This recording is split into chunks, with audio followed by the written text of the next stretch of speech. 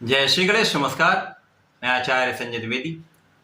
मेरे समस्त प्रबुद्ध दर्शकों का मेरे चैनल पर हार्दिक स्वागत है। प्रिय दर्शकों, आज मैं शुक्राचार्य के राशि परिवर्तन प्रभाव को लेकर आपके सम्मुख उपस्थित हूँ। 9 ग्रहों में अत्यंत शुभ प्रभाव देने वाले सौम्य ग्रह दैत्य गुरु शुक्राचार्य 19 मई को प्रातःकाल 8:30 पर वर्तमान मेष राशि को छोड़कर स्वयं की वृषभ राशि में प्रवेश करेंगे। सामान्यतः जब भी कोई ग्रह अपनी राशि में प्रवेश करता है तो उसका बल कई गुना बढ़ जाता है। अब जब शुक्राचार्य स्वयं की राशि में जाएंगे तो उनका बल वैसे भी बढ़ेगा, परंतु यहाँ पर एक महाराजयोग का निर्माण हो रहा है। एक पंच महापुरुष राजयोग बनेगा जिसे मालव्य योग कहते हैं। ये मालव्य योग जीवन के समस्त सुखों की प्राप्ति कराता है, परंतु किसी भी राजयोग का फल तभी उचित प्राप्त होता है, तभी उसका लाभ सर्वश्रेष्ठ मिलता है जब वो अच्छे भाव में हो। यदि वो त्रिक भाव में हो गया, नकारात्मक भाव में है अथवा पीड़ित हो जाता है, उसका उतना लाभ नहीं मिलता है। अब शुक्राचार्य जो इस जगत में समस्त भौतिक सुखों को प्रदान करते हैं, धन संपदा देते हैं, भूमि भवन वाहन का उपयोग कराते हैं, उपभोग कराते हैं, बड़ी इंडस्ट्री, बड़े भवन, बड़े शोरूम का स्वामी बनाते हैं, कला जगत में बड़ा नाम कराते हैं, बड़ा पद देते हैं, सर्वश्रेष्ठ रूप से लाभ कराने वाले शुक्राचार्य। अब शुक्राचार्य जब अत्यंत बलवान स्थिति में होंगे तो एक सकारात्मक परिणाम प्राप्त होने वाला है जो समस्त राशि के जातकों को प्रभावित भी करेगा, कुछ विशेष लाभ भी देगा।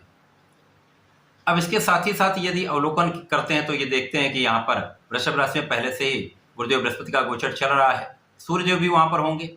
इस प्रकार से कई राजयोगों का निर्माण होने वाला है। अब आप इन राजयोगों का लाभ ले पाएंगे।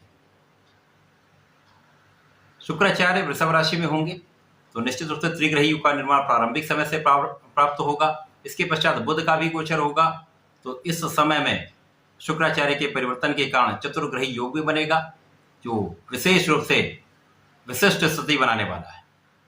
आज मैं धनु राशि के लिए शुक्राचार्य के इस राशि परिवर्तन का किस प्रकार का परिणाम प्राप्त होने वाला है, किस प्रकार के लाभ मिल सकते हैं, कौन सा भाव प्रबल होगा, कैसे आप इस समय का उपयोग कर सकते हैं, समस्याएं आती हैं तो उनसे कैसे आप निस्तारण कर सकते हैं, संपूर्ण विश्लेषण मैं पूर्ण तरीके के साथ करने जा रहा हूं। प्रिय दर्शकों, ये राशिफल आपके चंद्र राशि पर आधारित है।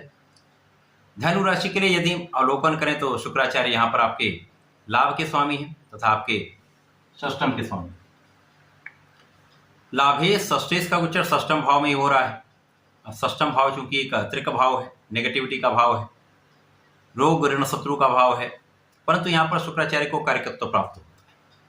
शुक्राचार्य स्वयं की राशि में होंगे, बलवान स्थिति में है, तो निश्चित रूप से कुछ विशेष लाभ तो अवश्य प्राप्त होंगे। लग्न के स्वामी के साथ में होंगे तो लग्न को प्रबलता मिलेगी। यद्यपि यहाँ पर षष्टम भाव में सूर्य को छोड़कर समस्त ग्रह निर्बल होते हैं, सूर्य भी यहाँ पर होंगे जो यहाँ पर भाग्य के स्वामी है। तो भाग्य के स्वामी का षष्टम भाव में होना गुरुदेव के साथ तथा शुक्राचार्य के साथ निश्चित रूप से इस समय में आपके कुछ व्यय बढ़ाने वाला होगा। अब व्यय बढ़ेंगे तो व्यय में क्या हो सकता है, यहाँ पर आप विदेश यात्राएं कर सकते हैं। विदेश गमन से आपके व्यापार में वृद्धि होगी। यात्राएं आपके लिए लाभान्वित करने वाली होंगी। जो लोग विदेश में रहकर कार्य कर रहे हैं, विदेश में रहकर व्यापार कर रहे हैं, विदेश से संबंधित होकर कोई कार्य करें तो उनके लिए कोई समस्या नहीं, उनके लिए बड़ा लाभ बन रहा है। धन लाभ का अवसर संपूर्ण रूप से प्राप्त होगा। यद्यपि यहाँ पर व्यय तो बढ़ेंगे। व्यय कहाँ बढ़ रहे हैं, आप अपने ऋण को चुकाने में व्यय कर रहे हैं। आपका कानूनी भाव अत्यंत प्रबल होगा, जहां पर आप कानूनी रूप से समस्याओं पर पूर्ण रूप से विजय प्राप्त करेंगे।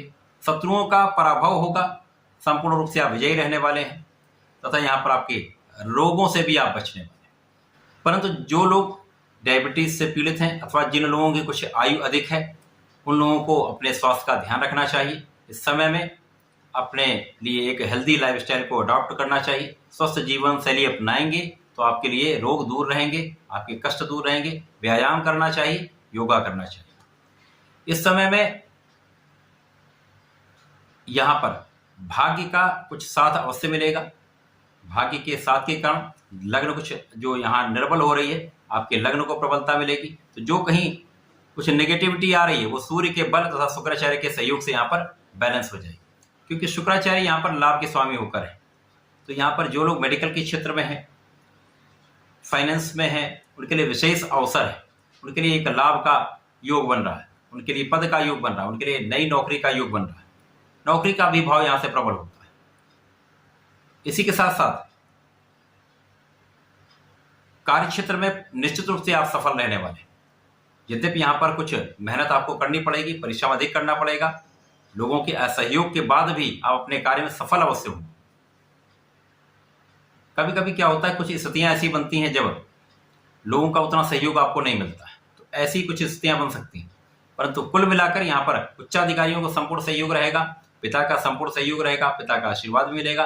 इसी के साथ उच्चाधिकारियों के साथ आपका समन्वय बहुत अच्छा रहने वाला है, कोऑर्डिनेशन बहुत अच्छा रहेगा।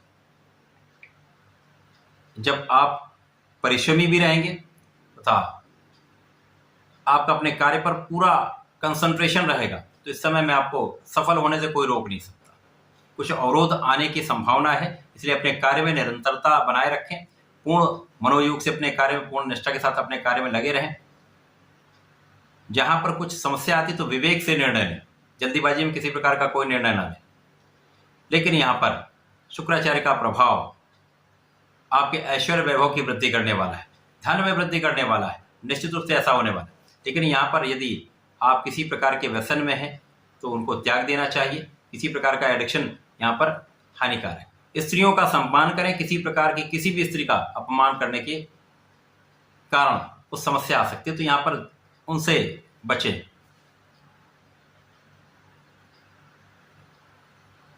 जीवन साथी के साथ कुछ स्वास्थ्य समस्याएं हो सकती हैं, जहां आपको ध्यान रखना होगा। यदि पार्टनरशिप में काम करते हैं, साझेदारी में कुछ कार्य करते हैं, तो यहाँ पर आपको सजग रहना होगा। अपना ध्यान लगाकर साझेदारी के साथ समन्वित रूप से एक कोऑर्डिनेशन बनाकर कार्य करेंगे तो सफलता मिलेगी। कुछ यहाँ पर बड़े लाभ के योग नहीं बन रहे हैं, साझेदारी में कुछ कम लाभ की संभावना है। आपको अपने ऊपर कार्य करना चाहिए, अपने को सकारात्मक बनाना चाहिए, अपने फिटनेस पर ध्यान देना चाहिए, एक स्वस्थ जीवन शैली को अपनाना चाहिए। इस समय में आप अपने कार्य के लिए पूर्ण प्लानिंग बना के काम करेंगे तो संपूर्ण रूप से सफल होंगे, क्योंकि यहाँ पर बुद्धि का भाव श्रेष्ठ है, ज्ञान का भाव श्रेष्ठ है, आप बहुत विचारशील हैं। केवल प्रॉपर प्लानिंग कर लीजिए तो आप इस समय सफल रहने वाले। तो धनु राशि के लिए शुक्राचार्य का ये परिवर्तन अच्छा है। कुछ चीजों में सावधानी रखने की आवश्यकता होगी, यदि आप ऐसा कर लेंगे तो किसी प्रकार की कोई बड़ी समस्या नहीं। धनु राशि के जातकों को नियमित रूप से भगवान श्री हरि की शरण में रहना चाहिए। ओम नमो भगवते वासुदेवाय का कम से कम एक माला का जप कर लेना चाहिए। प्रत्येक गुरुवार को विष्णु सहस्त्रनाम का श्रवण कर लें अथवा पढ़ लें, तथा शुक्रवार को भगवान भोलेनाथ पर दही का अर्पण करेंगे तो सर्वश्रेष्ठ लाभ मिलेगा, संपूर्ण अवरोध दूर हो जाए। तो ऐसा करके समय का लाभ लें, उपयोग करें। धन्यवाद, नमस्कार।